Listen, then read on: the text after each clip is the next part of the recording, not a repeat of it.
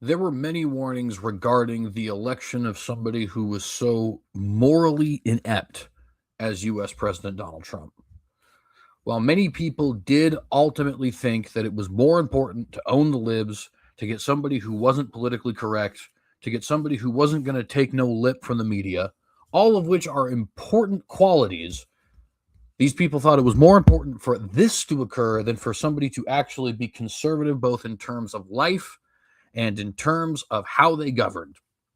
And now we are seeing the absolutely deadly results of electing such a person as Donald Trump. We're going to get deeper into why this is proof positive for those of us who have always warned against him and what this means for the future of the GOP on this episode of The Watchdog.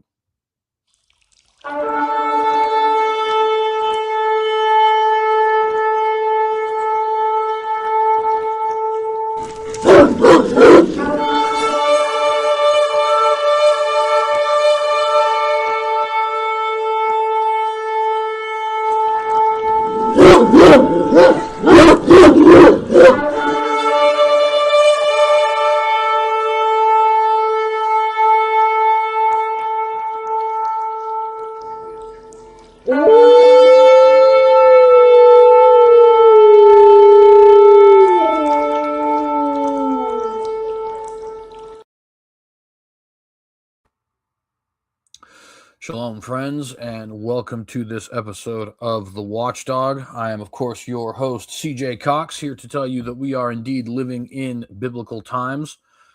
Shaloms and shout-outs to anybody who is currently in the live chat. If you are here, please remember to like and share this video and consider subscribing to the channel if you have not done so. Hit that bell to get notified every time that we go live. Remember, you can leave any questions, comments, criticisms, concerns, critiques, or anything of that nature in the comment section down below. Remember, you can also follow us on various social media platforms. I am on Gab, Parler, Facebook, Minds, Twitter, and Truth Social at the tag The Synagogue if you are interested in following me on any of those platforms. If you are on any of those platforms, do also consider sharing this video to those platforms so we can get this out to as many people as we possibly can. Want to also go ahead and say if you'd like to contribute to the work that we do here, you can give either a one-time donation to the PayPal or subscribe to the Patreon. As it stands right now, we don't have anything for you on the Patreon in terms of like incentives to subscribe, but if you appreciate the journalistic work that we do here, then we certainly do appreciate you demonstrating as much by trying to help us turn this into a more professional operation, for lack of a better term. We, of course, always like to start these with a This Day in History fun fact. And on this day in history, this is February 13th, 2026. On this day in history, February 13th, 1689, William and Mary, King William and Queen Mary, are proclaimed co-rulers of the nation of England. Now, we actually have a university in the United States of America, or a college. I'm not sure if it's a university or a college, but the College of William Mary or University of William Mary, I can't remember what exactly it's called. And that college/university was actually founded by royal charter by these two individuals, William and Mary. I have always found it particularly interesting that they were co-rulers, because even though we tend to think of, every king has his queen and that sort of stuff, it's actually not usually the case that you have a co-ruling king and queen at the same time. But in this particular case, that did actually end up happening. William of Orange, who is variously known as William III or William II, depending on various other factors, ended up ruling until his death in 1702. He co-ruled with Mary II, until her death in 1694. So from 1689 to 1694, they ended up ruling together. From 1694 to 1702, he ended up ruling by himself. And their joint reign is, of course, just to be known as that of William and Mary. William particularly was seen as kind of a champion of the Protestant faith. There was still an awful lot of debate in terms of, how Protestant the nation was going to be, as well as how much power the king was actually to have. But I digress on that. William ended up being kind of the last legitimate heir to the throne who wasn't Catholic. At least that's my understanding. And that's why he ended up getting the monarchy in the first place. So it's a very interesting time in history, not one that I can comment on too terribly much, because I don't know a whole lot about it, if I'm being perfectly honest with you. But it is very fascinating, and I thought that I'd just go ahead and let you guys know about it, since it is something that happened on February 13th, 1689. We have a lot of very fascinating things to discuss today. Unfortunately, all of it is going to be rather negative in nature, but we will start with our smallest topic, which is some updates on the Charlie Kirk case. I don't know why this is blue. I don't like it when it's blue. It's supposed to be yellow. So let me go ahead and change the color there. Let's see.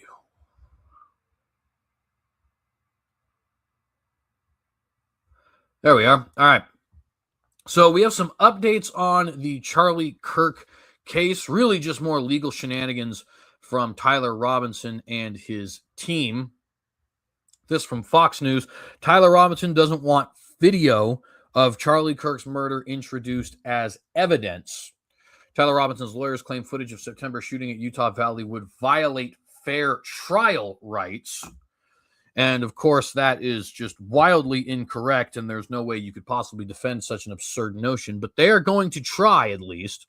This initially was published on January the 28th, 2026. It says, lawyers for Tyler Robinson, the 22-year-old accused assassin of Turning Point USA founder Charlie Kirk, have asked a Utah judge to block video of the murder from being introduced as evidence at a hearing scheduled for February the 3rd. So this hearing has actually already taken place. Kirk, a 31-year-old father of two, suffered a fatal gunshot wound to the neck at Utah Valley University in September when he was participating in a public speaking event sponsored by the campus chapter of Turning Point. In a memorandum filed Tuesday, obviously this has already happened, so this is quite a few Tuesdays ago,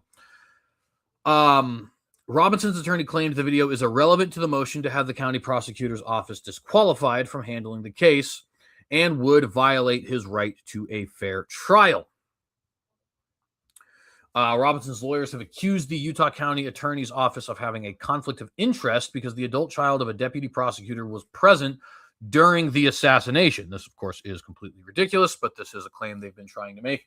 Prosecutors have denied a conflict and said they do not need or plan to rely on the adult child as a witness. Several videos of Kirk's murder circulated widely online minutes after the shooting. It was not immediately clear from court filings that the video prosecutors plan to introduce as evidence has been publicly seen before. We do know there are videos that have not been seen before, so that is why. The defense described it as a color video taken only a few feet away from Mr. Kirk. It includes audio, including unidentified voices immediately before, during, and after the shooting. This is a solid argument, said Donna Rotuno, a Chicago-based criminal defense attorney and Fox News contributor. She said prosecutors don't need to actually play the clip to illustrate they don't need to rely on the adult child's testimony or to argue that they don't have a conflict. Quote, the video should not be played if it isn't needed to prove any material issues in the hearing, she said. I do not see how it's needed to determine if the prosecution should be disqualified, end quote. Sky Lazaro, a Salt Lake City-based criminal defense attorney who was not connected to the case, said she wouldn't want the video played either. However, she said it's unclear how the judge will rule. She says, quote, I'm not sure they're going to be successful there. And she said this, end quote, she said this to Fox News Digital. Also in the filing, the defense claimed news coverage of the case has been highly biased and told the court they plan to ask to have cameras kicked out once again at the start of the next hearing. They wrote that if video of Kirk's murder is played in court, it would be subject to immediate publication nationwide and internationally. Many outlets, including Fox News Digital, have avoided republishing widely circulated video of the slaying due to its extremely graphic nature. Robinson faces 7 charges, including aggravated murder, which carries the potential death penalty. And it is not entirely clear to me how exactly this would violate Tyler's fair trial rights. Obviously, everybody has seen at least 2 different videos. I don't know, as they said, if this is going to be one of those videos. I actually think there's at least 3 different videos that have circulated at this point. It's very unfortunate that people have actually seen any of these videos, but I digress. There's a whole generation of people basically traumatized by this fact. I don't know how it would violate somebody's fair trial rights to say, hey, look, this is video evidence of the shooting. And I could easily see how it would be relevant to the case. For example, demonstrating things like bullet trajectory and things of that nature as well, though I am obviously not a legal expert by any stretch of the imagination. There has been a lot of legal shenanigans on the part of the Robinson team, obviously trying to say that the courts or excuse me, the prosecutors have a conflict of interest in so much as they have been, as they had a daughter. One of them had a daughter who was actually there at the Charlie Kirk event during the shooting, so they claim that there's a conflict of interest here. Very many legal experts have said they don't actually see how there's a conflict of interest there, but nevertheless, they've tried to argue that unsuccessfully, I might add. And now they're trying to argue that the use of this video is also somehow going to violate their free trial rights. And I just don't see how that is possible, or what kind of case they're trying to make there. So whether or not this ends up continuing, and by this, I mean this continued legal shenanigans, for lack of a better term, I don't know. Thus far, Tyler Robinson's defense team has not succeeded in getting this video removed from the evidence in the case, though the legal objection has not actually been ruled on that I know of. So it hasn't been done away with, but there's nobody who's actually, we don't have any guarantee that it would be shown in court either. And for the record, I don't actually think it is necessary to show it in court in order to demonstrate the case. Your case should be obviously able to withstand the potential removal of this video from evidence. But I just don't see how it in any way violates his rights, his fair trial rights. And nobody in this article is able to explain how. It actually ends here saying he has not entered a plea. He's due back in court Tuesday. And during that event, we did not actually see any removal of this from evidence. And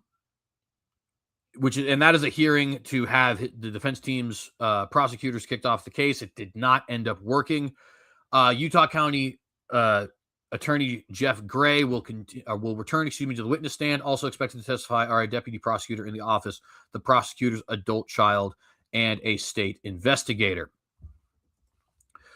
So yeah, it seems to me like a lot of nonsense to try and stall. And in fact, the prosecution has already said that they think this is basically an attempt to stall. And so far, none of it has actually been successful, which makes a lot of sense because all of this is pretty ridiculous. But yeah, they did not succeed in getting the in the video removed from the evidence, at least not yet. And they also did not succeed in getting the prosecutor removed from the case, at least not yet. We'll see what happens. But we just wanted to give you guys a brief update on that. As I've said, we're going to continue to update you on the Charlie Kirk case. And so we just wanted to do that here real quick. But nevertheless, that was pretty fast, and we are on to bigger and better stories, I guess. One thing I did want to note here briefly is I did receive breaking news that the U.S. military is preparing for a potentially weeks-long operation in Iran.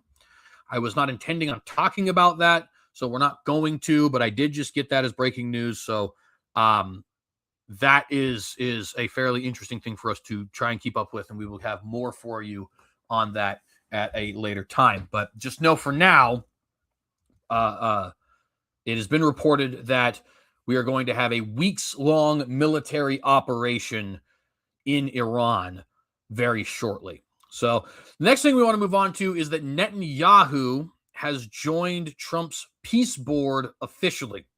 Okay, Benjamin Netanyahu has joined Trump's peace board officially. We're going to go ahead and read more about that. Specifically, Israel has actually joined Trump's peace board. You can actually see the title here. Israel has joined Trump's peace board.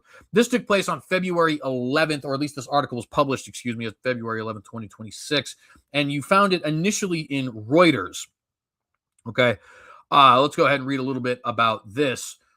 Israel has joined U.S. President Donald Trump's Board of Peace Initiative, Prime Minister Benjamin Netanyahu said on Wednesday, that was the 11th, during his visit to Washington, where he met Trump and Secretary of State Marco Rubio. Visuals released earlier on Wednesday after the Netanyahu-Rubio meeting showed them holding a document with Netanyahu's signature on Israel joining the board. Netanyahu said on X he signed Israel's ascension as a member of the Board of Peace. He later discussed Iran with Trump. A UN Security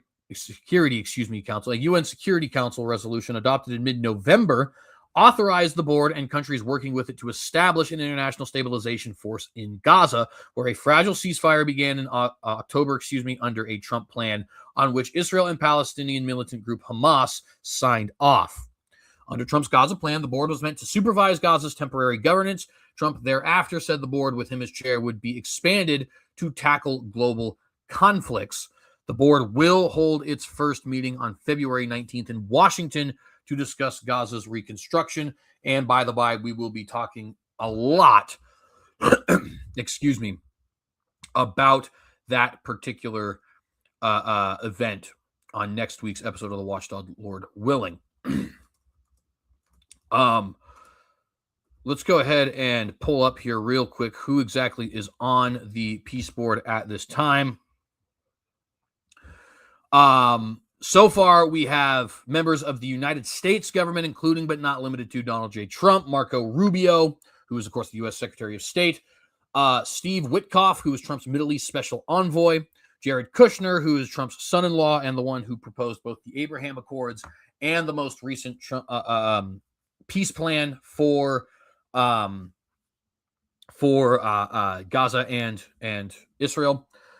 Tony Blair, who is the former Prime Minister of the United Kingdom. I'm probably going to say this wrong. I'm sorry. Ajay Banga, who is the president of the World Bank. Mark Rowan, who is a U.S. private equity leader. And Robert Gabriel, who is a U.S. national security advisor. These are all the executive members of the board. Beyond these individuals, Turkey's foreign minister, whose name is Hakan Fidan, is also on the board. A Qatari diplomat by the name of Ali Al-Thawadi is also on this board. Egyptian intelligence chief Major General Hassan Rashad is currently on this board. United Arab Emirates Minister of State for International Cooperation, Rahim Al-Hashimi, is on the board. Nikolai Milaidanov, who is the Director General appointed as the High Representative of Gaza. Sigrid Kaag, who is a senior UN coordinator for Gaza humanitarian and reconstruction efforts. Yahir Gabay, who is an Israeli Cypriot real estate investor.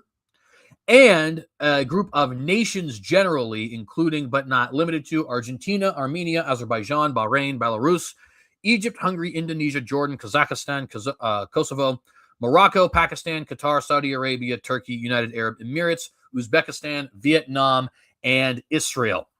Okay. There has also been groups of nations who have declined to be a part of this. For example, France, Norway, and Sweden. And there are more nations and individuals who are going to be participating as time goes on. At least we believe that to be the case.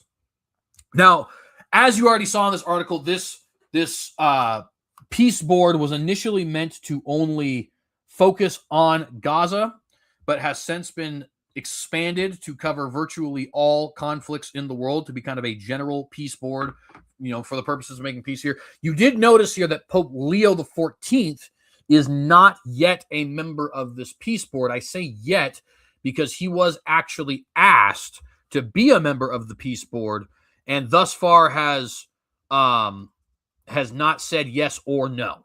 There is actually no indication that he will be joining quite yet. I tend to think he probably will be joining, but he has been asked to be a member of the peace board. He's not accepted, but he's not rejected the invitation either. And the Vatican has been considering the invitation for something like 2 or 3 weeks at this point. So there are probably going to be other members who are part of this. If it ends up being a global peace board that is actually focusing on all different sorts of conflicts, such as what's going on in Ukraine with Russia, such as the Azerbaijan-Armenia conflict, such as what's going on in Sudan, Myanmar, maybe. There are a lot of different conflicts that could be could be targeted by this peace board. And if it does end up going international like that, then I find it very difficult to believe that the Pope would not end up being a part of this peace board. But having Israel on board is a massive, massive victory for Trump's Board of Peace for a couple of reasons. Number one, the primary goal of this peace board is to make peace between the Palestinians and the Israelis. And if you don't have the Israelis on board being the only legitimate government in the region, then obviously the peace board is not going to be able to accomplish anything. Number two, and probably more importantly, is Israel's position, not just geopolitically, but also socially and religiously in the eyes of a lot of individuals. As we all know, Israel is widely considered the Holy Land, not just by Jews, but by Muslims and Christians as well. This tends to be regardless of one's denominational flavor, right? So Shia and Ahmadiyya and Sunni and so I said Shia, excuse me, and Sunni and so on and so forth. They all put a good deal of significance on Israel. Protestant Christians of the Reform variety, of the Arminian variety, of the Baptist variety, of the Seventh-day Adventist variety, Message believers, Oneness Pentecostal, so on and so forth, as well as Catholics, Oriental Orthodox, Eastern Orthodox, even Mormons and Jehovah's Witnesses and so on. They all tend to view Israel in this light. And then, of course, the Jews, and this goes for all Jews, Karaite, Messianic, Ultra-Orthodox, Regular Orthodox, etc., Hasidim, you know what I mean? They all tend to see Israel in this light also. And there are even smaller groups which tend to see Israel as a holy land as well. Groups like the Druze, groups like the Yazidis, groups like the Baha'i, the Rastafari. Although their emphasis tends to be more on Ethiopia, they still do have heavy emphasis on the state of Israel. Also, Black Hebrew Israelites are another, notable example, and so on and so forth. And even those non-Abrahamic groups have had a certain level of connection to Israel and to the Vatican specifically. And, we've seen that, of course, with the Vatican's constant attempts to create a more perennialist kind of organization that operates as a quote-unquote United Nations for Religions, which they want to see stationed in Jerusalem. And with the Temple Institute, specifically Rabbi Yehuda Glick's attempts to actually see a new temple set up as a house of prayer for all nations, as well as people talking about an international center for the three major Abrahamic religions, Judaism, Christianity, and Islam, set up in the Old City, and so on and so forth, right? So these things make Israel not just incredibly important geopolitically, as the hot button issue, kind of the center of the geopolitical world, at least as the Middle East is concerned. But on top of that, the amount of religious and social significance that is centered upon the state of Israel makes Israel just absolutely vital to the world economy, to the world political atmosphere, and so on and so forth. And so to have Israel agree to be a member of this peace board not only legitimizes their attempts to make peace between so-called Palestinians and Israelis in the region, but also makes it so the land that many people consider to be the Holy Land is now part of an international globalist agenda to try and make peace in certain conflicts. And one of the things that's deeply fascinating about this, by the by, is so many people accuse Donald Trump and Benjamin Netanyahu of being nationalist, and nationalist here. They have nationalistic tendencies, but they certainly have globalistic tendencies also. And this peace board clearly demonstrates some of those globalistic tendencies, where they actually think an international body of multinational individuals should go around trying to make peace in various conflicts rather than just letting nations sort it out on their own, right? That is certainly not nationalistic. That is absolutely globalistic. And not only is this Trump's board, he's the one who started this, but now Netanyahu has made Israel a part of this.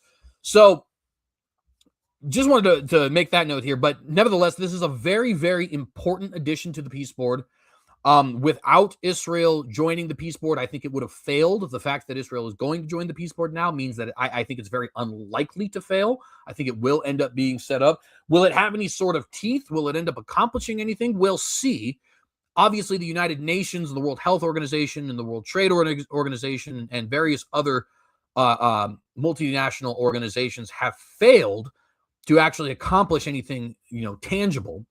The United Nations did a little bit in the early 1940s and 50s, but since then it's really just been considered a useless organization to such an extent that the former General Secretary, actually I think he's still the General Secretary, but I digress, Antonio Gutierrez, said he wanted to actually see a second United Nations with teeth, as in with the ability to enforce its mandates, right? Obviously that has not taken place at this time, but I only bring that up to say we don't know if the Board of Peace is going to end up being more like the current United Nations or if it's going to end up being more like the former United Nations that happened in the immediate aftermath of World War II.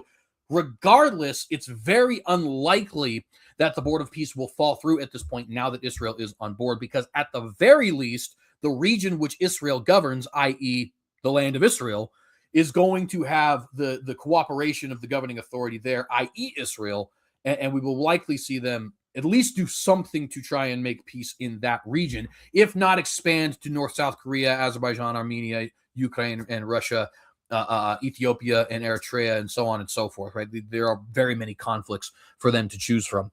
So that's something that I think is very interesting. We're going to go ahead and finish this article, but I just wanted to point out why I think this is so important. Many rights experts say that Trump overseeing a board to supervise a foreign territory's affairs resembled a colonial structure. Israel's presence on the board is expected to bring further criticism, as the board does not include a Palestinian, at least yet. I'm not saying that they will include a Palestinian. I do think it's probably, in terms of political strategy, it is strategically unwise for them not to include a Palestinian, but that does not necessarily mean that they will include a Palestinian. If they did, it would likely be somebody like Mahmoud Abbas from the PLO or something along those lines, but who knows, right? That is up in the air at this point. Back to the article. Countries have reacted cautiously to Trump's invitation to join the board launched in late January. Many experts are concerned the board could undermine the United Nations, and to be fair, that is a fair that is not a out of bounds kind of concern. My concern is really with its ability to undermine sovereign nations. I don't care about the United Nations. The United Nations is an illegitimate group as far as I'm concerned. But nations should be sovereign, and I don't think that we should have an international peace body going around dictating what these nations are allowed to do with their own militaries. I hate to agree with the whole colonial thing, but in a way, globalism is colonialism, and so I don't necessarily disagree with that notion. Back to the article. While some of Washington's Middle Eastern allies have joined, many of its traditional Western allies have stayed away. The ceasefire in Gaza has been repeatedly violated, with at least 580 Palestinians and 4 Israeli soldiers killed since it began in October, according to Palestinian and Israeli tallies, respectively. I'd like to point out very briefly, because Reuters does not, that the ceasefire has been violated exclusively on the Palestinian side, and retaliations have taken place as a result of those violations. And that is important detail, especially when you're considering the fact that the planet very clearly and obviously has a deep anti-Israel bent at this current point in time.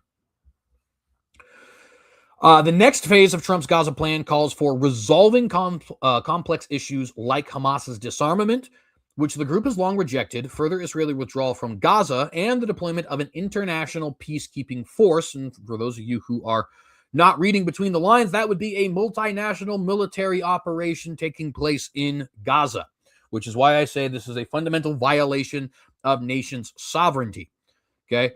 I am not simply interested in the United States sovereignty. I am interested in the sovereignty of nations, period. I consider myself a nationalist for all nations, and I do not like the idea of multinational military operations taking place in sovereign countries.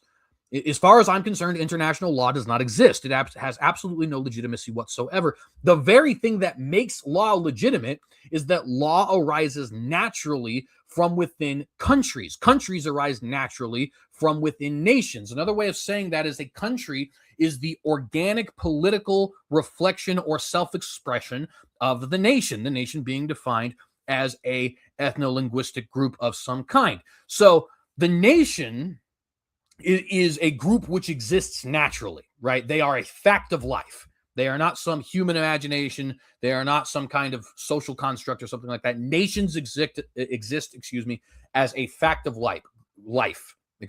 Groups that have similar languages, similar cultures, and very often similar genetic makeups, although not always, right? Nations then have to govern themselves somehow. So what arises organically from within the nation? Countries, right? And countries do not actually have any power to govern unless they have law. So law should arise organically from within the country. Countries should arise organically from within the nation. Nations arise organically as a simple fact of human existence, right? International law throws that entire organicist society out the window. International law is a bunch of incredibly powerful individuals getting together saying we are going to pass laws that actually restrict sovereign nations from ruling over their own nations in the ways in which they see fit. And look, I understand sometimes people are like, well, what if somebody's committing a genocide? What about all the stuff that Saudi Arabia does? What about all the stuff that China does? So on and so forth, right? Not only have international groups actually failed to police any of those actions, but those nations do have a sovereign right to rule as they see fit. Now, if the Chinese people or the Saudi people decide to rebel, and obviously individuals do have a right to rebel, right? The nation does have to work out its own internal socio-political identity, right? So there's nothing wrong with that necessarily. It obviously depends on case to case. If they decide to do that, that's one thing. But for an international body to say, no, Saudi Arabia, you are not allowed to make laws that prevent women from wearing booty shorts. Sorry, the international community simply has no right to do that. Saudi Arabia is an Islamic theocratic monarchy, and it has every right to be an Islamic theocratic monarchy. Whether or not you think that's evil, it even might be evil. I am a moral realist. If it's evil, it is evil as a matter of fact. But that does not change the fact that it has every right to govern itself as it sees fit. And all the different details as to what that might include. And, for example, consent of the governed and things like that. We could get into that. We're not going to at the moment. But I'm just talking about the nation, the nation that is Saudi Arabia, the country, that is Saudi Arabia, is the organic political expression of the Arabian people. Okay? And it has a right to express its political agenda how it sees fit without international interference. Same goes for Israel. Same goes for Russia. Same goes for the United States of America. And believe you me, there are many international organizations that would like to police the United States of America. And if they had the ability to do so, would do so. There are a lot of nations out there and international bodies that disapprove of our, for example, laissez-faire understanding of firearms. They don't like the fact that I can just go purchase a firearm in very many states. For example, the state I'm currently living in, the absolutely wonderful state of Idaho, right? I can just go purchase a gun. I might have to do a background check the first time, but guess what? I already own a gun. So second time, they're going to be like, yeah, it's fine. We'll do a brief background check, potentially, depending on the individual vendor, and you're good to go. A lot of countries don't like that. A lot of countries and international bodies don't like our deportation policies or the fact that we think illegal immigrants should be kicked out of this country, even though, of course, they all do it in their own countries, but that's neither here nor there. A lot of international bodies or nations don't like Trump's specific policing of sanctuary cities, thinking that that is some sort of a violation of his political opponent's political rights, so on and so forth. If they had the power to police the United States of America, they absolutely would. I'm kind of going on a tangent here, but the point I'm really trying to get at is international bodies are illegitimate by their very nature. They cannot be legitimate. It's not even possible for them to have any sort of real legitimacy about them. And this Board of Peace, just like the United Nations, just like the European Union, just like the North American Union, just like the World Trade Organization or the World Health Organization or the World Bank or the G20 or the G8 or so on and so forth, just like all of these different groups, just like the World Council of Churches, just like the World Evangelical Council, so on and so forth, this Board of Peace is an illegitimate organization that seeks to have an international body of multinationals dictate what sovereign nations are able to do in this particular case as it pertains to war and peace. And they do not have that authority. Not only do they not have authority, but it is an intensely globalistic agenda, the kind of agenda we were told U.S. President Donald Trump actually wanted no part of. Okay, if you're a true conservative and a true nationalist, you need to be opposed to the Board of Peace because it is a violation at its fundamental nature of concepts of national sovereignty, of concepts of nationalism, and of concepts of just leave everybody the hell alone, if I could call a concept that. Nevertheless, we press forward. Israel's assault on Gaza has killed over 72,000, according to Gaza Health Ministry, caused a hunger crisis, and internally displaced Gaza's entire population. Multiple rights experts, scholars, and UN inquiries say it amounts to genocide. Reuters is being very biased here because guess what? Numerous experts, scholars, and maybe not the UN, but inquiries generally have said that it does not amount to genocide. So obviously there's that. Israel calls its actions self-defense after Hamas-led militants killed 1,200 people and took over 250 hostages in a late 2023 attack. So, Netanyahu has joined the peace board. The peace board is a violation of national sovereignty. It's at a conceptual level, and we are moving on. I want to talk a little bit about the abortion issue, but actually we're going to have to talk about our headliner because we've already spent 35 minutes of time discussing our first two articles. So let's go ahead and do that. And let me edit this for a moment because there is a typo there that I don't really want in there. All right, there we go. Epstein, as in Jeffrey, has broken the GOP. United States President Donald Trump has given him the hammer to break the GOP. Okay? Now, I understand that there are many of you who are going to say, CJ, you've always been against Trump. Of course you think this. But those of you who actually watch this program will know that I am an actual conservative. I am a true dyed-in-the-wool traditionalist. Okay? And as a result, I am perfectly willing to give Trump credit where credit is due. I have been on his side regarding the deportations. I have been on his side regarding the tariff issue.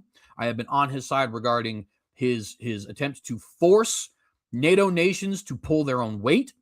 I have been on his side regarding the certain situations with ICE, at least the Renee Good one. I think the jury's still a little bit out on Alex Preddy, but we'll see as more details come to light. Okay, just because I have disliked the man does not mean I'm not willing to give him credit where credit is due. You guys have seen that. Okay, I criticized him for bombing Iran when it became very apparent that that was the right move. I took it back. I'm saying all this just to point out to you guys that this is not some attempt to stake my flag in the never Trump position. My concern with Trump has always been threefold. Number one, Trump is not a conservative. Okay. Now, big whoop, George Bush isn't a conservative either. I understand that. But Trump is not a conservative, and Trumpism has dominated the Republican Party to such an extent that you cannot separate the GOP from Donald Trump at this point. Okay. And I don't like that. I want somebody who is actually conservative running the country. And I would also like to see a conservative legislature so that we could do things constitutionally. So who would that include? Guys like Thomas Massie, guys like Rand Paul, guys like Ben Carson, guys like Mike Huckabee, guys like Ted Cruz, guys like Doug Mastriano. All of those individuals, Doug Burgum is another good example, right? All of those individuals are true conservatives. In terms of traditionalist conservatives, there's really not a whole lot that represent my view that well. Alan Keyes is the only one I can really think of, and he last ran for president in 2008. Huge missed opportunity by this country, but nevertheless. But I'm not strict on somebody having to have my exact flavor of conservatism, right?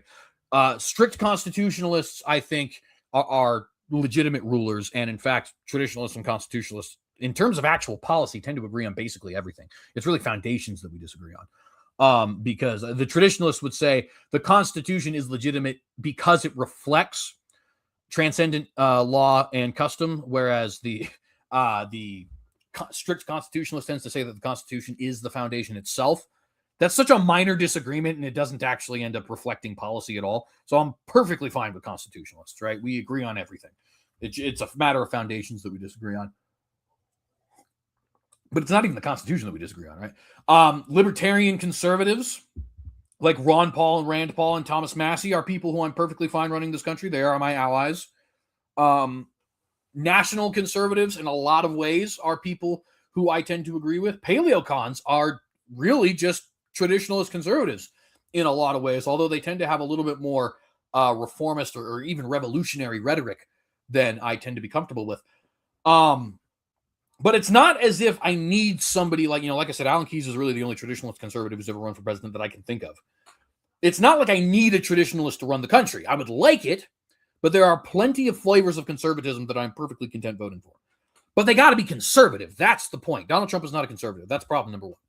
And we've seen that play out time and time again. We just saw it play out when we were talking about the Board of Peace, right? The second problem that I have had is that I think Donald Trump is not trustworthy. Now, again, big whoop. Nobody who's been president in my lifetime seems to be trustworthy. Bill Clinton, George Bush, Joe Biden, right? Barack Obama, and of course, Donald Trump. They all seem to have their own. None of them is concerned with the Constitution. None of them is concerned with the rule of law. They all like to rule by executive order and decree and things of that nature. But Trump is also one of those individuals. So I don't like that. And point number three, and this is what we're going to be talking about today, Donald Trump is a deeply immoral person. He's a deeply immoral man. And that, in my opinion, compromises the GOP because the GOP has, for the last really over 100 years, if you want to take it all the way back to slavery, you can, considered itself to be a moral bulwark. Okay? It has been the party of the moralizers, and I don't say that as a negative. I am a moralizer, okay? This party has been the party that says you don't legalize homosexual marriage. This party has been the party that defended the rights of the preborn. This party has been the party that said God made man and woman, no additional genders, and you don't have the ability to change your gender. This has been the party that's been anti-pornography. This has been the party that has been opposed to religious pluralism. This has been the party that has been opposed to no-fault divorce. This has been the party that's been opposed to the sexual revolution. And Donald Trump was a thrice divorced man, or a thrice married man, twice divorced, who cheated on his softcore porn star wife, Melania Trump, who's the current first lady, with a hardcore porn star in Stormy Daniels, who had been accused of sexual assault, whether he did it or not, I'm not saying, but the accusation has been made, who's been accused of spousal abuse, who ran various organizations that were intensely degrading to women, beauty pageants and wet t-shirt contests and things of that nature, who has been involved in some good things, like saving the UFC, for example, but who has also been involved in some very negative things, like, for example, the building of the United Nations building, right? Trump is not a moral person in terms of his actual life. He's the grab him by the pussy guy, excuse my French, right? He's the individual who makes fun of mentally and physically handicapped individuals if they disagree with him. He's the individual who allies himself with dirtbags like Herschel Walker, with liberals like Robert Kennedy, with porn stars like Amber Rose, and invites them into the RNC. And we've seen time and time again this manifest in a GOP that now is no longer a moral bulwark. It has simply lost that right. For example, at the 2024 Republican National Convention, we had a prayer to a pagan deity, Wahaguru, at the Republican National Convention. And I said at the time, I'm not opposed to Sikhs being conservative. I'm not opposed to Sikhs being Republicans. In fact, I actually think it would be better for Sikhs in America to vote Republican because of our deep commitment, traditionally at least, to religious liberty. That being said, we should not have prayers to pagan gods in the RNC. And if somebody wants to raise their hand and say, well, should you have a prayer to your God? Yeah, because he exists. He's the real God. That's kind of part of the whole traditionalist Christian thing, right? But no, we had prayers to a pagan demonic deity in Wahaguru at the RNC. That wasn't all. We removed any and all anti-trans and anti-homosexual language, as well as all pro-life language, from the RNC's official platform in 2024. We had Amber Rose, who is a porn star with an active OnlyFans, speaking at the RNC. And we've seen numerous individuals who live that same kind of lifestyle, such as rap artist Sexy Red, rap artist Nicki Minaj, softcore porn star, actress Sydney Sweeney, transgender rights activist and transgender person himself, Caitlyn Jenner. We have seen all these individuals now become thought leaders in the conservative movement as a direct result of the influence that Donald Trump has had. So we've seen that manifest quite plainly, that Donald Trump has eliminated the lone moral bulwark politically in this country. And it actually straight up disgusts me when Christian nationalists will sit there and pretend like lusting after Sydney Sweeney is somehow a conservative ideal. It's not. That is a liberal ideal. That is an ideal that the communists and the anarchists and the progressives can keep. And if your conservatism is included, oh, dude, I just love Sydney Sweeney's tits, bro, then it ain't conservative. You ain't a part of the group. You are explicitly and directly contributing to the destruction of this country at the hands of a wrathful God. That is what you're doing. I digress. Because that is all stuff we already knew before today. One of the things that has become clear, and it's been made clear in times past, but it has now become abundantly clear, is a very specific way in which Trump has compromised any sort of moral high ground the GOP stood on, and that is in regards to the Epstein files. Okay? Donald Trump loved to pay lip service to the idea that we would release the Epstein files. Then when he became president, it became, I'm not sure, it's not really my focus. Eventually it became, they're on my desk, says Attorney General Pam Bondi. Then it became, there's just too much for us to dig through. Then it became, they don't even exist at all. And actually, as it turns out, Jeffrey Epstein really did kill himself. Then it became, oh no, actually, we can't release it all because it's going to overthrow the entire system. And when we do release it, we're going to redact certain names and so on and so forth. The only individuals who have actually had a clean conscience in this, because I know very many Democrats have been trying to get the Epstein files released, they are only doing so because they want to attack Donald Trump, which is why they don't go after guys like Bill Clinton or Prince Harry or Bill Gates or so on and so forth, right? That's not their concern. What is their concern is Steve Bannon, Donald Trump, and so on and so forth, right? The only person here who's actually been consistent and clean in his pursuit of the Epstein files has been United States Representative from Kentucky, Thomas Massie. That's it. That's it. Marjorie Taylor Greene is a complete nutcase. And I don't know enough about Ro Khanna, to actually list him yet. He might be an exception to this. But in terms of who I actually know, it has been the Republican representative from Kentucky, Thomas Massie, and that is it. That is the only individual with clean hands I can think of in this particular case. May the Lord bless him for his clean hands, by the by. But Donald Trump has gone out of his way to hide these files, to lie about these files, to bury these files, to say this is all just some kind of a Democrat hoax.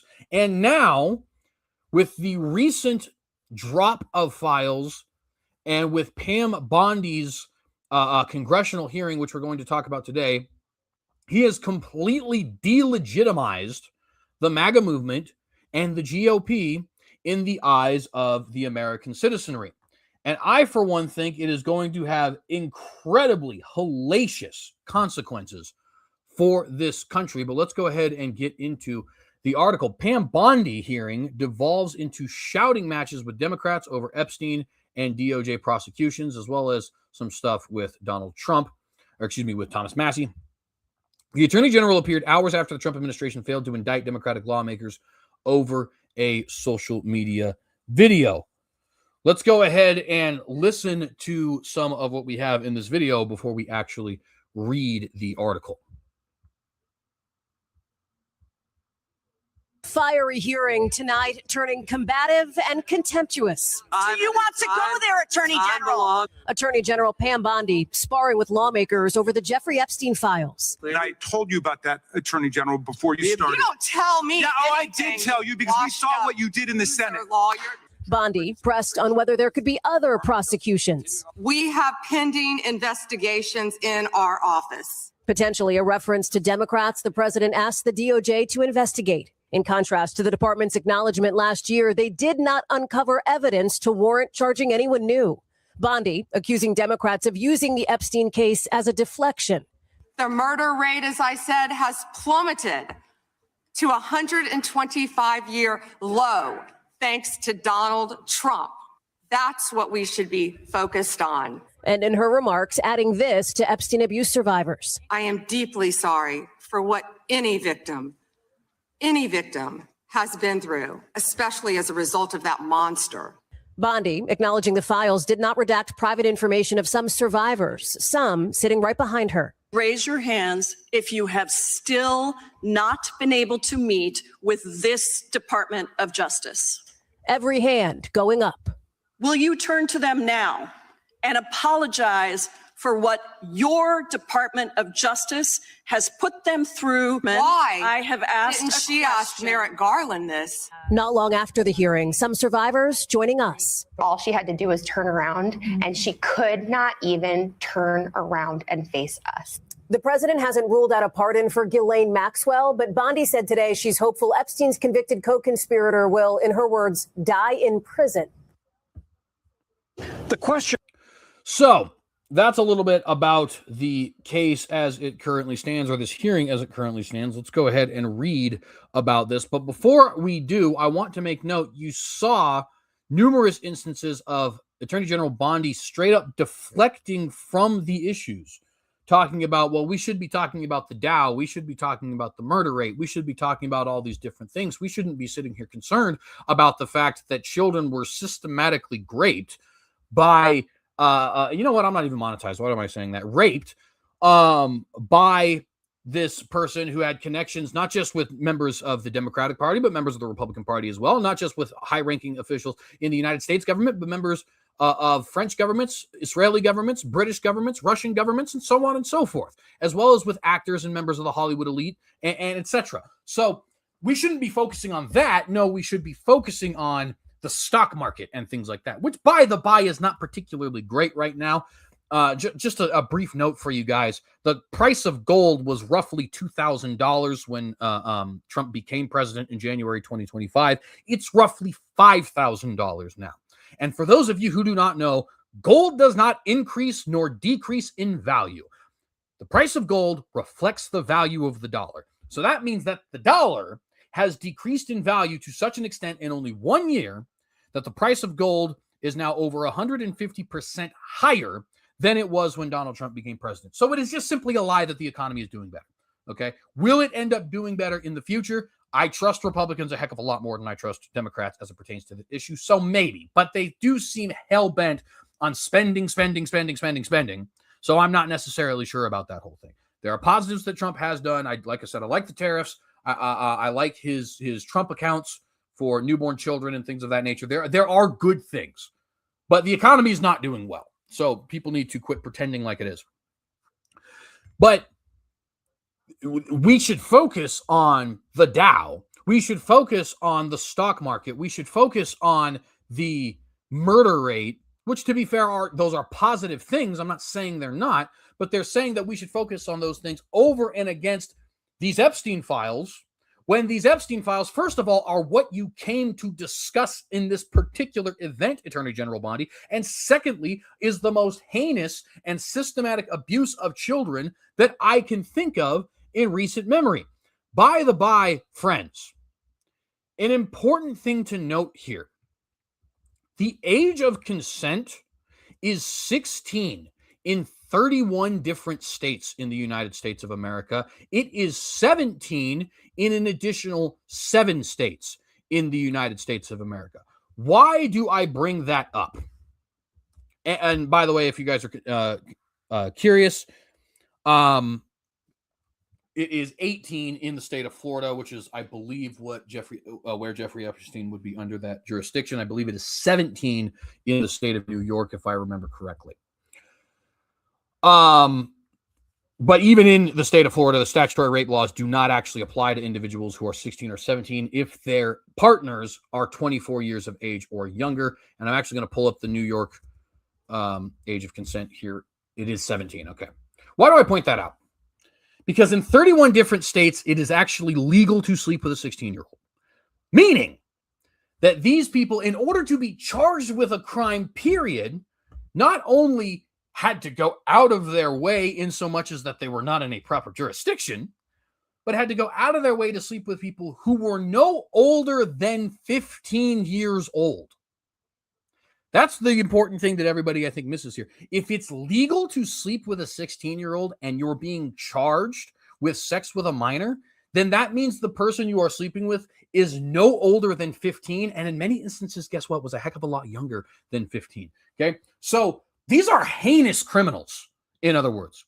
These are the kinds of people that if the Supreme Court had any balls or chutzpah about them, would be executed. Unfortunately, the Supreme Court has zero balls and zero chutzpah about them, as seen in Kennedy v. Louisiana, which said that we are not actually allowed. It's cruel and unusual punishment to execute child rapists. Did you know that? Nah, I bet you didn't. Kennedy v. Louisiana, get it repealed. Anyway, these are heinous, heinous criminals, and they are the elites in society. They are people who control Hollywood. They are people who control the stock market. They are billionaire businessmen. They are high-ranking members of both the Democratic and Republican parties. They are high-ranking members of the British government, of the French government, of the German government, of the Russian government, of the Israeli government, of various Arab governments, of various governments all across the world. Okay? Not to mention numerous individuals who I haven't even hinted to here. And on top of that, Donald Trump was not even willing to rule out the possibility of pardoning Ghislaine Maxwell, who was the primary bait, if you will, for these victims. She was a groomer herself. Fun fact that you may not know about groomers, it benefits them immensely to have women do the grooming for them because girls trust women more, especially as it pertains to sexual things. Very well-known fact. You can look it up for yourself. What does Pam Bondi want to do? She wants to dissuade everybody from paying attention there. Oh, the files don't exist. Oh, sorry, there's just too much for them to go through. Oh, sorry, we need to redact these names because it's going to take down the entire system. Hey, focus over here on this other stuff.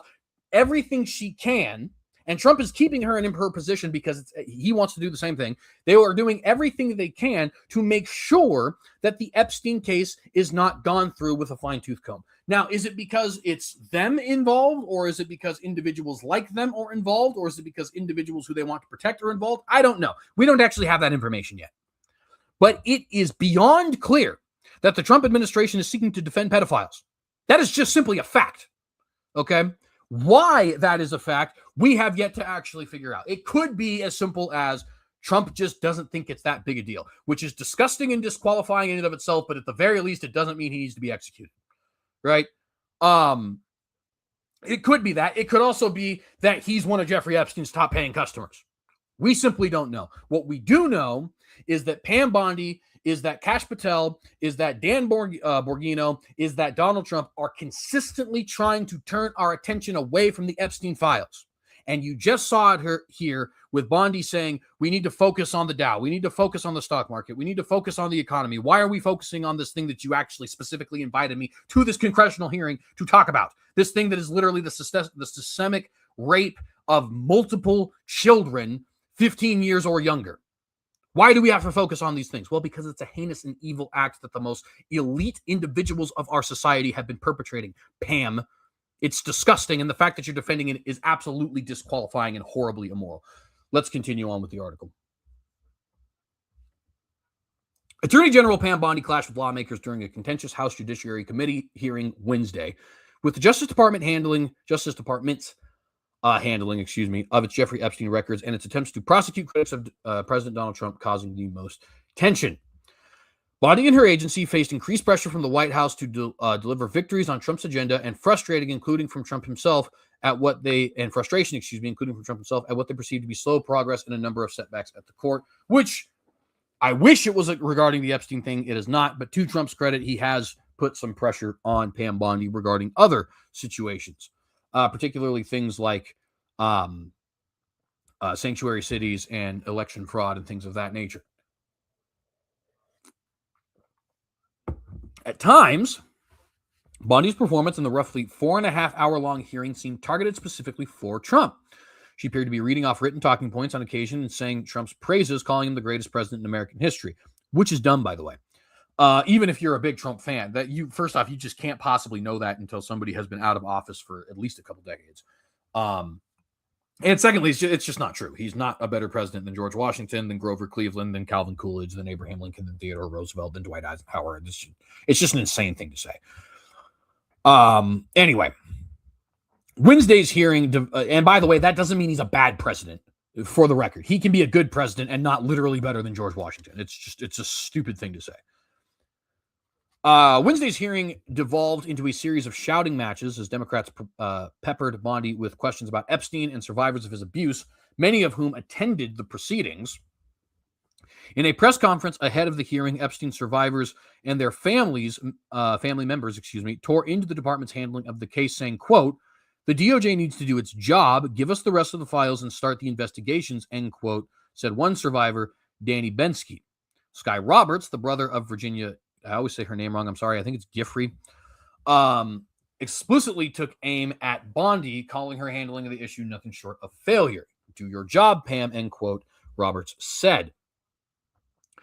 Representative Pramila Jayapal, who is a Democrat from Washington, asked the women to stand up before she challenged Bondi to turn to them and apologize for the Justice Department's failure to fully redact their names when the files were made public.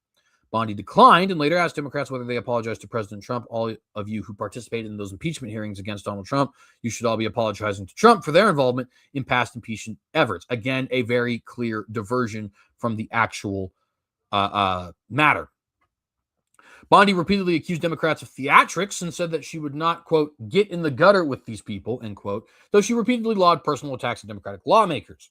She called Representative Jamie Raskin of Maryland, the top Democrat on the committee, a washed-up lawyer, and accused Representative Hank Johnson of Georgia, who has been in Congress for 2 decades, of lacking experience. Quote, "Thank you for the insult," Representative Mary Gay Scanlon, a Democrat from Pennsylvania, said after Bondi said she didn't get anything regarding public safety. The insults also extended to a Republican who questioned Bondi about the Justice Department's handling of redactions in the Epstein files. Representative Thomas Massie of Kentucky, who co-authored the bill compelling the Justice Department to release the records, accused the department of over-redacting information in some cases while accidentally releasing survivor information in others. And he's exactly right, by the way. And even though she says this guy has Trump derangement syndrome, which is just at this point a deflectionary tool, Thomas Massie is the only, like I said, he's the only person with clean hands in this entire situation. Okay, all these different representatives like Jayapal and these individuals, they are simply interested in their own political gain. Thomas Massie understands that this could be dangerous for the GOP and is seeking to get these names released and get these people prosecuted anyhow because he truly believes in prosecuting pedophiles who are at the highest level of power. Thomas Massie is an American hero as far as I'm concerned, and he's a little too libertarian for me. I don't agree with him on everything, but if he runs for president in 2028, I'm absolutely voting for him at this point. The man is like I said, he's the only person with clean hands in this, and he's an American hero as far as I'm concerned. Quote, "You're a failed politician," end quote. Bondi also said Trump has endorsed Massie's primary opponent in this year's midterm elections, which is just goes to show how ridiculous Trump himself has been regarding this issue. Though Republicans at the hearing largely focused their questions on immigration and crime, Representative Chip Roy of Texas pressed Bondi about the fact that some Epstein survivors' names were not redacted. And good for Chip Roy. I actually did not know this, so good for Chip Roy. I appreciate that a lot. Maybe there are more than one, there is rather more than one Republican who has clean hands in this regard. And by extension, politician, because I don't think any of the Democrats do, but I digress. She blamed the omissions on the Justice Department lawyers rushing to get the records out before the December 19th deadline set out by the Epstein Files Transparency Act. Only a small fraction were released on that deadline, with the majority of files released this month. Quote, "We did the best we could," end quote, she said. Roy, who asked whether anyone else would be charged in connection with Epstein, also rather asked if anyone else would be charged in connection with Epstein. Bondi said there were pending investigations, though it wasn't clear what or who she was referring to. Last year, Bondi's office quickly acquiesced when Trump used his social media platform to call on the Justice Department to investigate Democrats over their affiliations with Epstein. And for the record, she should, she should just be investigating everybody, not just Democrats, right? If Steve Bannon is guilty of being associated with Epstein, and it appears that he is, then he needs to be charged and tried to the fullest extent of the law. And if Bill Clinton is guilty of association with Epstein's crimes, then he needs to be charged to the full extent of the law. And anyone else who may be involved in the sexual assault or grooming of girls 15 years or younger should be charged. That's just as simple as that. Or any sort of rape, even if the girls are of age, should be charged. It's just as simple as that, right? Wednesday's hearing took place hours after NBC reported that a federal grand jury had rejected the Trump administration's attempts to indict Democratic lawmakers over a social media video that urged members of the military and intelligence communities to follow their oaths and refuse to obey illegal orders.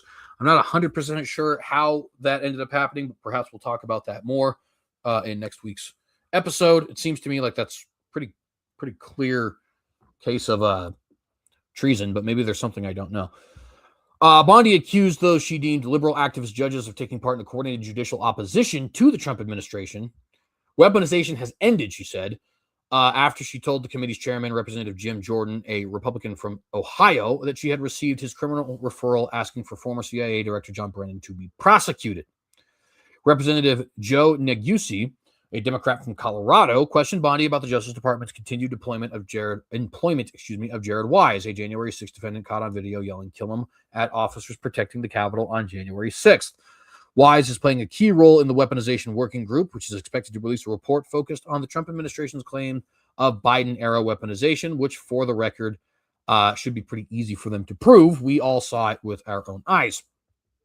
Quote, "I believe he was pardoned by President Trump, end quote," Bondi responded. Shortly afterward, while she was being questioned by a different member, Bondi pivoted back to Neguse and accused him of not taking crime in his district seriously. Raskin asked Bondi, said Bondi had turned the People's Department of Justice into Trump's instrument of revenge. Quote, "Trump orders up prosecutions like pizza, and you deliver every time he tells you to go after James Comey, Letitia James, Lisa Cook, and Jerome Powell, the head of the Federal Reserve Board, and members of Congress," end quote, Raskin said. And I'm not going to attack Bondi for any of that because I think these guys can legitimately be charged. And if they can't, then if they go through the courts and it turns out they're not actually guilty of anything, then they should be left alone. But it seems to me like we have 8 years, 2017 to 2025, of pretty solid evidence that these individuals and others were actually guilty of abusing their power and weaponizing their power against Republicans and specifically members of the MAGA movement. So I'm not going to criticize any of that. A White House aide told NBC News that Trump has complained about Bondi to aides and allies in recent weeks, describing her as weak and insufficiently aggressive, describing her as weak, rather, and insufficiently aggressive in pursuing cases against his perceived opponents. Responding to reports that first emerged in the Wall Street Journal, the White House issued a statement from Trump saying Bondi was doing an excellent job and passed along statements praising Bondi from Vice President J.D. Vance, White House Chief of Staff Susie Wiles, Secretary of State Marco Rubio, and Press Secretary Caroline Leavitt. Bondi and Representative Eric Swalwell, a Democrat from California who is a known traitor who has literally slept with Chinese spies and given them information. It blows my mind that he's still in Congress. A prominent Trump critic did reach a moment of collegiality after Swalwell raised concerns about his family's safety. Swalwell, who's repeatedly spoken out about he received death threats he received. Get an editor. Jeez, dude. Told NBC News last year that the Justice Department hadn't brought charges against people who threatened him and said he had limited his kids being in the front yard of their home because of the threats. Swalwell asked Bondi on Wednesday why the Justice Department hadn't brought charges against anyone. Quote, "None of you should be threatened ever," end quote, Bondi said, addressing all the lawmakers present. "None of your children should be threatened. None of your family should be threatened." And for the record, while I think Swalwell should absolutely be impeached, that is correct. His children should obviously not be threatened. He should not be threatened. He should have protection from people who seek to harm him and his family. And that is a separate issue from whether or not he should be impeached, because I think he should be impeached.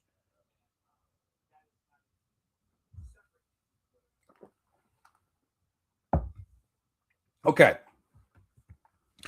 The big issue here is Trump's inability and Bondi's inability to prosecute members of Epstein's inner circle, to prosecute people who are named in the Epstein files in illegal capacities, because of course certain, like Russell Wilson is mentioned in the Epstein files, but he's mentioned in a capacity that it's quite clear he's not involved in anything, right? I think the exact capacity, if I remember correctly, is that he was going to buy a jet from somebody. He thought the individual was shady. He did not end up buying the jet.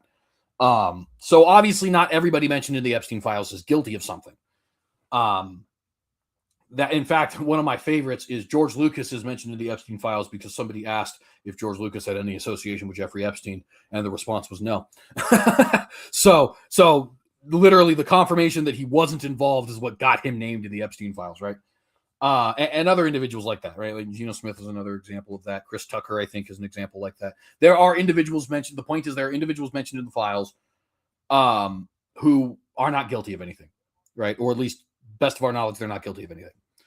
Those individuals should be left alone after a proper investigation, of course, but they should be left alone. Individuals who you have sufficient evidence to charge, you should charge. And if they are found guilty before a court of law, you should punish them to the highest extent of the law, which in my opinion should be execution. Obviously, the rape of children needs to be met with execution, as does the trafficking of children. It's just that simple. Okay.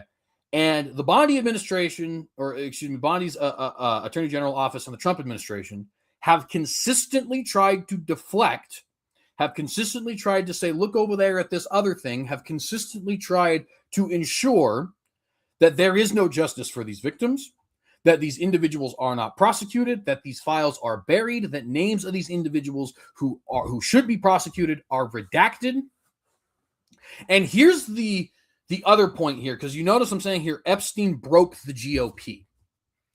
The larger issue here is that justice is not being done. The larger issue here is that there are heinous criminals out there who are currently controlling nations and media and multi-billion-dollar corporations and things of that nature. And they need to be prosecuted and removed from power. Okay. The other issue here that I think people are not sufficiently aware of is this issue will crush the Republican Party in the primaries, or excuse me, in the midterms 2026 and in the general election, presidential election of 2028. Okay. It will crush the GOP. Now, this is a secondary problem, but it is also a major problem. If the United States citizenry, not just moderates, but even conservatives, don't feel that the Republican Party is capable of defending our values, of defending our children, of prosecuting criminals, of draining the swamp, if they don't feel that the Republican Party is actually capable of doing this, if they started a whole movement around an outsider breaking into politics whose name is Donald Trump, and it ends up getting them nowhere, and it ends up looking like the GOP and the Trump administration are actually the primary party defending pedophiles in government, then guess what? Those people are not going to be motivated to vote. And those people who are not dyed-in-the-wool conservatives, maybe people who are center-right, maybe people who are moderates, maybe people who are center-left, but nevertheless voted for the Republican Party being sick to death of the progressive agenda of the Democrats, those people either will not be motivated to vote or will vote Democrat. The pendulum swings constantly. Friends, it's expected that the Republican Party will lose the House in 2026 anyway, simply because that is how politics works. You can go back and consistently, the party that is in power loses in the midterms immediately following their own party's ascension. It happens constantly. If you add to that, not just that the economy is not getting better, not just that Donald Trump is threatening to attack our allies over hunks of ice like Greenland, not just the fact that Donald Trump is not actually prosecuting these criminals who are illegals and deporting them, but you add on top of that the fact that the GOP appears to be the party defending sexual predators of a especially heinous nature, then the GOP will get trounced in 2026 and will likely get trounced in 2028 as well. And it may even extend to 2030. Who's to say? In fact, it's possible it could destroy the entire party. Okay. And if you guys think that's some kind of an exaggeration, you should see what's going on in Britain right now with the Conservative Party. The Conservative Party in Britain is literally the most successful political party in the history of the world. And they are collapsing. And they don't have anything nearly as bad as what we're doing. They have everything that the GOP is doing, but they don't have the addition of the Epstein files, now do they? And yet they're collapsing. And it is not as if their population is not sick to death of progressive liberal policies, because they are. Okay? Donald Trump has done more damage to the Republican Party and to the conservative movement than every neocon, than every Democrat, than every assassination or terrorist attack from a progressive leader or group combined. Okay? He has eliminated the moral legitimacy of this party. He has put this party in a position where it is now seen as the defender of sexual predators. He has allied with people who care only about flaunting their own bodies. He has allied with pagans. He has allied with enemies of the state. Donald Trump has done nothing but delegitimize the GOP. And whether or not that's intentional or not, I am not making any claims about conspiracy theories here today. I am simply telling you the man has pushed a pro-spending agenda. The man has pushed a globalistic agenda. The man has pushed an agenda that is anti-gun. The man has not deported the people he said he was going to deport. The man has not drained the swamp he said he was going to drain. The man has allowed people to make prayers to Wahaguru, rampant homosexuality, rampant transgenderism, a weakening on the abortion issue, porn stars to be conservative thought leaders, women whose claim to fame is showing their breasts, even if they're not necessarily porn stars, like Sydney Sweeney, to be considered icons of the conservative movement. He has done all of that. And then on top of that, as if that cake did not delegitimize the moral high ground of the Republican Party enough, he has added on top of that defense of Epstein, at least it appears. And that appearance is not just the perception of wild-eyed Democrats, friends. Thomas Massie is a conservative. I am a conservative. There are very many conservative thought leaders who are looking at this saying it looks an awful lot like the Trump administration seeks to defend sexual predators. Okay? And that is what he has turned this party into. And people are just so blind to it because, quite frankly, you guys are Trump cultists. Trump derangement syndrome goes both ways, friends. It goes the way of, oh my gosh, I can't believe this guy's so politically incorrect. He's the worst thing since the worst thing. Okay. And it also goes the direction of, he said it himself, he could murder somebody and his base wouldn't care. And right now, his base is demonstrating they don't care. They don't care that he is consistently and constantly turning the other cheek as it pertains to the Epstein issue. They don't care about the spending. They don't care about the pornographic speakers. They don't care about the paganism. They don't care about the lack of the deportation agenda actually getting moved forward. They don't care about the fact that the swamp is not drained. They simply do not care. They will rabidly defend Donald Trump no matter how immoral or unconservative he governs. And we are in a position now where the GOP, mark my words, unless something drastic changes, the GOP will be crushed in the 2026 primaries. It's just simply going to happen because there are many individuals in the base, many conservatives, who are not going to trust these people and therefore will not vote for them. And there are going to be many center-right, moderate, and center-left individuals and otherwise political independents who are not going to be willing to vote for a party that they perceive as defending heinous sexual predators, which, let's be perfectly frank, is what the Trump administration is doing. Whether they're doing it intentionally or not, I don't know. Again, I am not here to get conspiratorial. It is what they are doing, though. And it is what they are doing at such a time as the debt is ballooning. It's well over $30 trillion at this point. At a time when we have tens of millions of illegal immigrants in this country, at a time when we have numerous transgender and progressive terrorist attacks taking place. There was just a shooting over on Hanukkah from an Islamist in Australia and a shooting in Canada and Ontario from yet another transgender. We just witnessed Charlie Kirk get assassinated by a radical progressive activist. And Trump is handing The people who are committing these heinous acts, the people who are allowing illegal immigrants in, the people who are more gung-ho with spending than the Republicans. I can't say the people who are gung-ho with spending because the Republicans are gung-ho with spending. He's handing them power on a silver platter, saying, here, please smack the ass of the Republicans. Make us your bitch if you wouldn't mind. And y'all are falling for it. Excuse my French.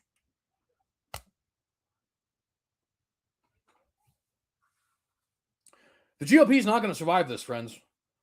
It may survive in the sense that it continues, but in the sense that this movement, this MAGA movement continues, it won't survive. It's not happening.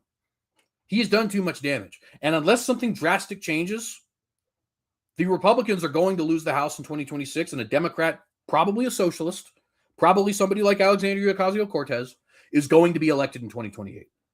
Now, something could change.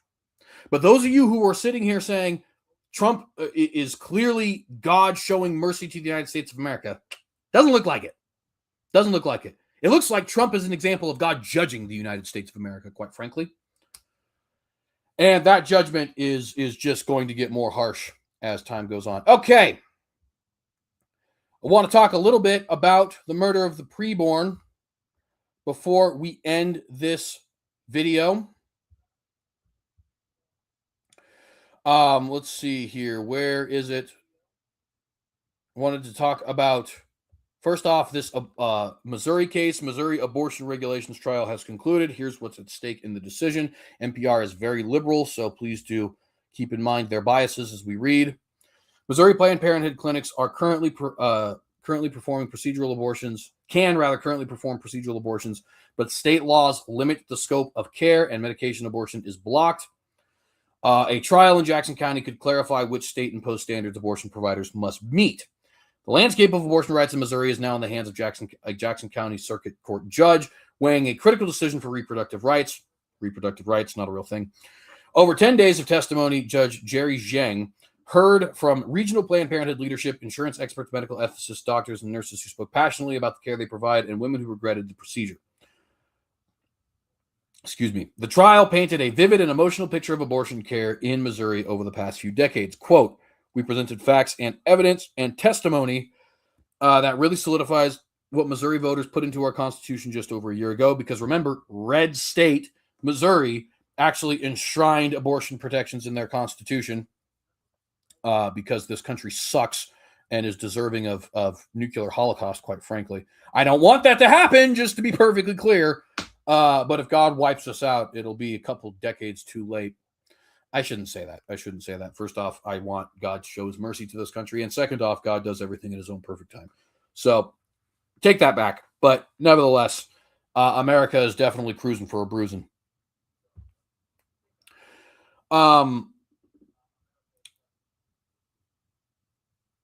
He pointed out this guy, Gillian Wilcox, said abortion is healthcare. It's obviously not true. While both sides disagreed on the laws, attorneys from the plaintiffs and defense agreed the case comes down to which laws are common sense for women's health and what the burden of proof is, something both sides emphasized in closing arguments.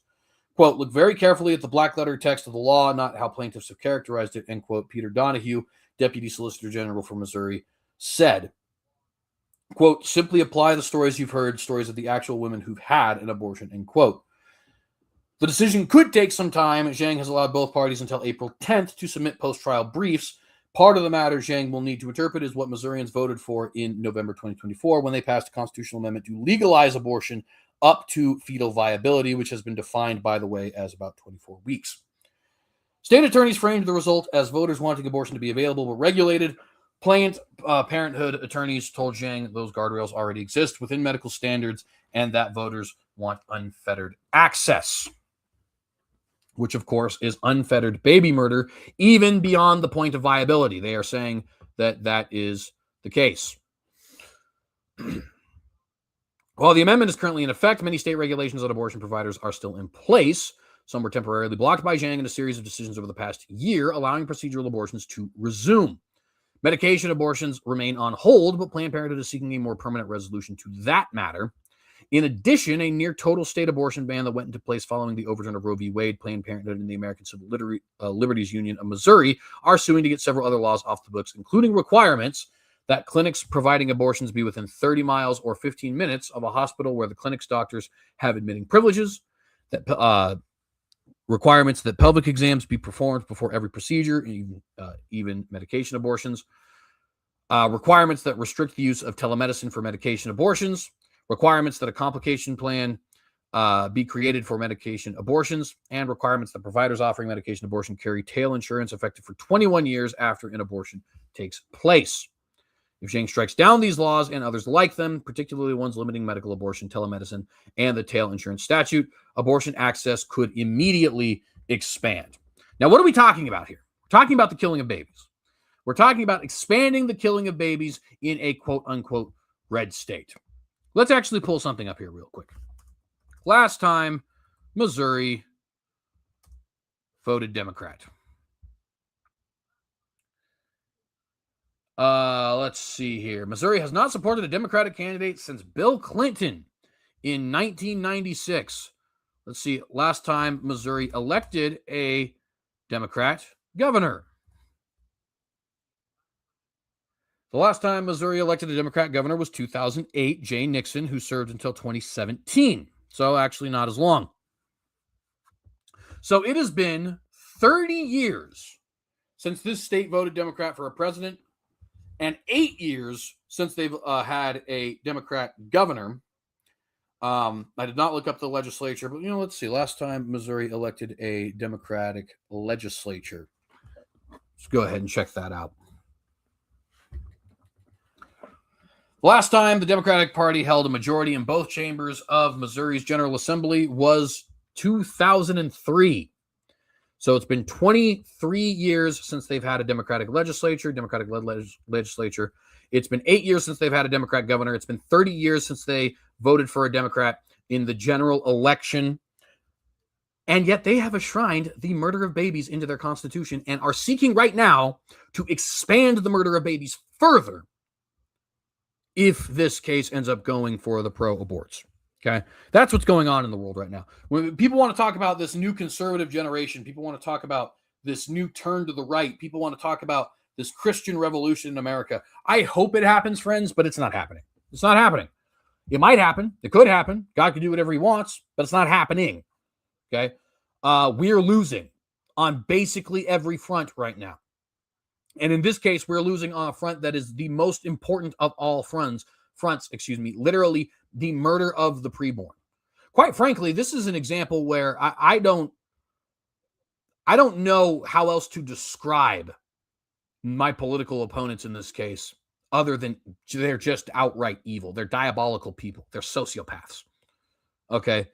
Part of me hates to say those sorts of things because I have very good conversations with people of all political persuasions on this channel, on the other channel, on other people's channels. I'm right now discussing with Eric Van Evans the possibility of having a discussion on this. And we need to keep it respectful. We certainly do. But I'm just being honest with you guys. People who defend the deliberate taking of innocent human life, I don't know how else to describe that other than evil. I don't know what else you're even allowed to call it. Right? And in red state Missouri, full of alleged conservatives, where the Republican Party has had a stranglehold for decades, we are seeing baby murder become more and more entrenched in the state's laws. What do you call that other than evil? I don't know. I don't know what else that can be referred to as, other than diabolical, satanic, demonic evil. And by the by, one thing I did want to note here very briefly, an article from CBS News from 2017. What kind of society do you want to live in inside the country where Down syndrome is disappearing? Brief reading here. While the prenatal screening of tests across Europe and the United States, the rise of prenatal screening and tests across Europe and the United States, the number of babies born with Down syndrome has significantly decreased, but few countries have come as close to eradicating Down syndrome births as Iceland. Eradicating Down syndrome birth. Friends, do you know what that is? That is people using prenatal screenings to determine whether or not a fetus will have Down syndrome and then killing it because it may have Down syndrome. And they're painting this as a moral victory because they've potentially eliminated, or at least are getting close to eliminating, Down syndrome within their borders.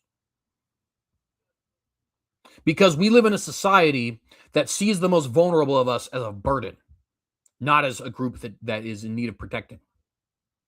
This is literally the exact same eugenics policies as one found in Nazi Germany. I know. Everybody wants to compare their enemies to the Nazis, but this is actual Nazism. This is actual eugenics in play. This was the point of Nazi Germany. They wanted to cull all the undesirables so that they could make a better human species. They weren't just cartoonishly evil dudes cackling there in their Darth Sidious uniforms saying, "Ha, we killed another Jew today." It's not how it worked. They believed they were doing something morally beneficial for the human race. And what exactly did they think they were doing? Eliminating genetic deformities, abnormalities, and otherwise undesirable traits. Now, that included some racialism, but it did also include eliminating people who had certain genetic diseases, eliminating Down syndrome individuals, eliminating individuals who had certain mental disorders that they believed were genetic, and so on and so forth. And NPR and Iceland and CBS News and the European Union and etc. are treating this like it's a victory, while red state Missouri enshrines baby murder into their constitution and entrenches it in their laws. That is what's going on, friends. We are in a country where the ruling party, regardless of which party it is, defends pedophiles, and where the ruling party, regardless of which party it is, massacres babies en masse and says it's a good thing because we got rid of all the Down syndrome, don't you know? Actual Nazi-esque levels of evil. But are we going to do anything to stop it? It appears everything's actually gotten worse since Jackson v. Dobbs. In a lot of instances, we're not winning this fight. You know, I remember the saying, I believe it was, "It's morning time in America," right? Ronald Reagan. It's not morning in America anymore, friends. In fact, it's getting pretty close to midnight in America. And at this point, were God to wipe this country off the face of the map, what argument do we even have? We have one. We have the Genesis 18 argument. That's it, which is, God, would you destroy the entire city for lack of 5, right? If I can find even 10 righteous, well, I'd like to believe there's at least 10 righteous in this country. I happen to go to a church where I believe there's at least 10 righteous, just in the one church. That's all we got so far. That's the one argument. Any attempt at religious revival, it's not true. Any more conservative group arising in the next generation is not happening. Oh, but we won the House and we won the Senate and Donald Trump even won the popular vote. Yeah, Donald Trump's not a conservative. Donald Trump's not a conservative, and the pendulum's swinging the other direction, and he's not accomplishing any of the things he said he was going to accomplish, or at least he's accomplishing very few of those things. Meanwhile, 1 million babies a year are being sacrificed on the altar of who cares, they're being murdered.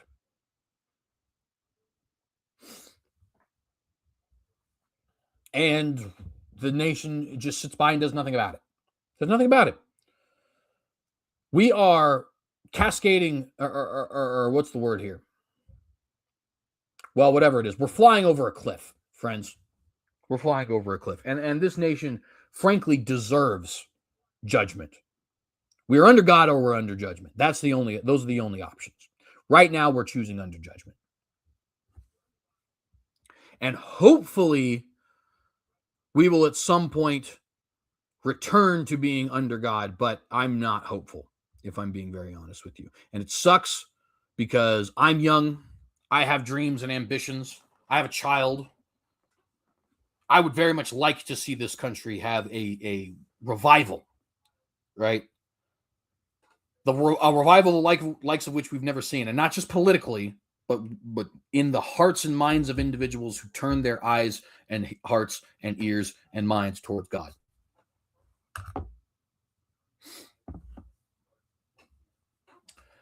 But I'm not hopeful. I'll be honest with you. And on that super depressing note, I'll say if you liked this video, please remember to like and share this video and consider subscribing to the channel if you have not done so. Hit that bell to get notified every time that we go live. We're going to try and do this once a week, Lord willing. Remember to leave any questions, comments, criticisms, concerns, critiques, or anything of that nature in the comment section down below. Remember to be watchdogs yourselves. Be vigilant. And ask yourselves this question. In the face of Armageddon, will you compromise